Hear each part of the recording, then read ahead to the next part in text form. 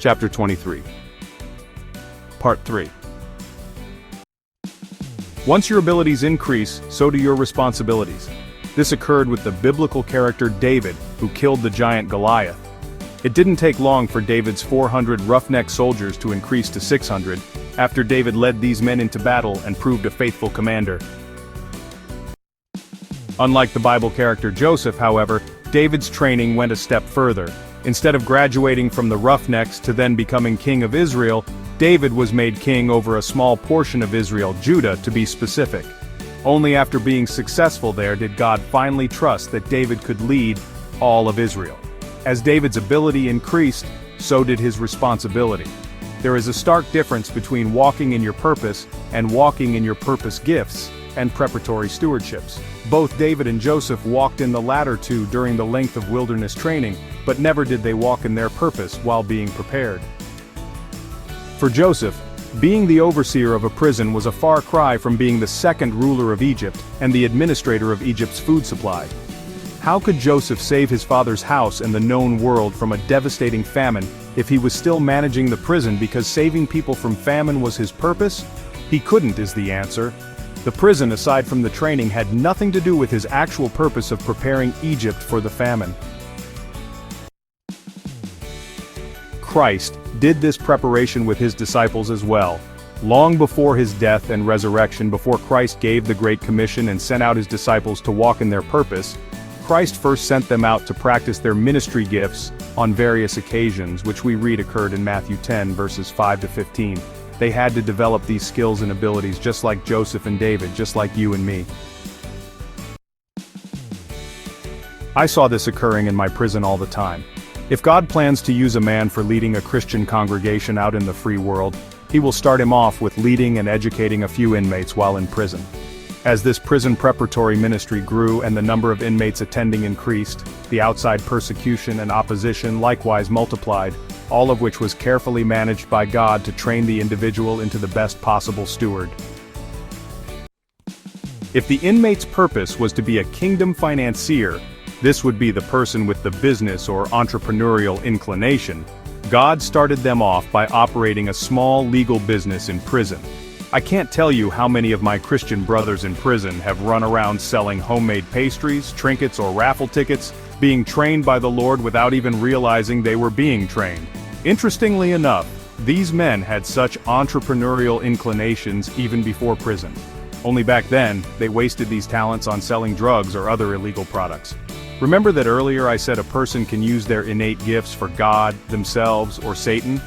Before salvation, we tend to use these innate gifts for the latter too. There are men in prison who, being former drug or alcohol addicts, God is now training up to lead other people into sobriety.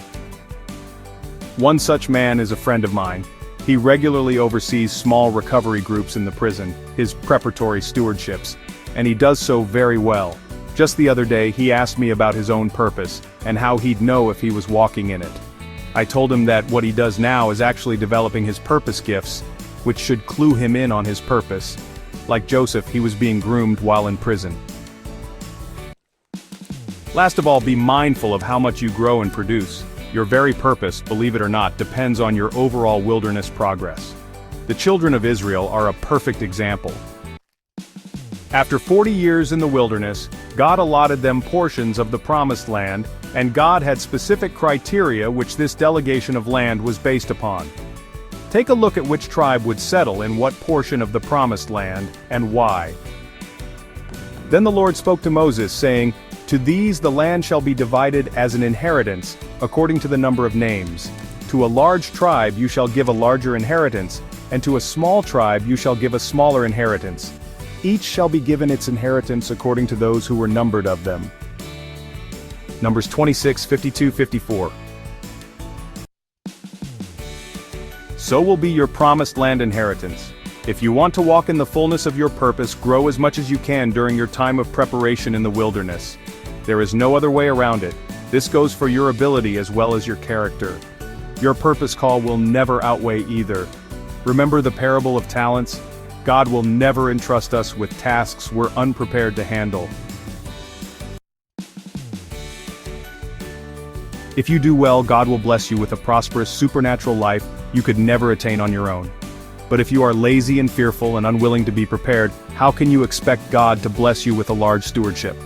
If I'm called to sing in front of thousands but don't permit God to train me to sing in front of 5 or 10 to build up my courage and determination, as well as test my willingness to obey, the spoken future will never come to pass. You are as much a part of this as God. You and He are working together. He won't do it all for you, nor will He force you. When it comes to God's kingdom and its stewardship, there is a vital principle known as multiplication. Every Christian who wants to live in their purpose must be trained with the required skills and inner gifts. This is the only way a person who is limited in ability can grow into their destiny, and the ability is vital to achieving one's full destiny. The size of your promised land will be according to your spiritual growth, always. Even in the parable of the sower, the seed that fell on good ground produced various sizes of harvests, some 30-fold, some 60-fold, and some 100-fold. As such, do everything you can to grow and mature and be the one who produces 100-fold for God's kingdom.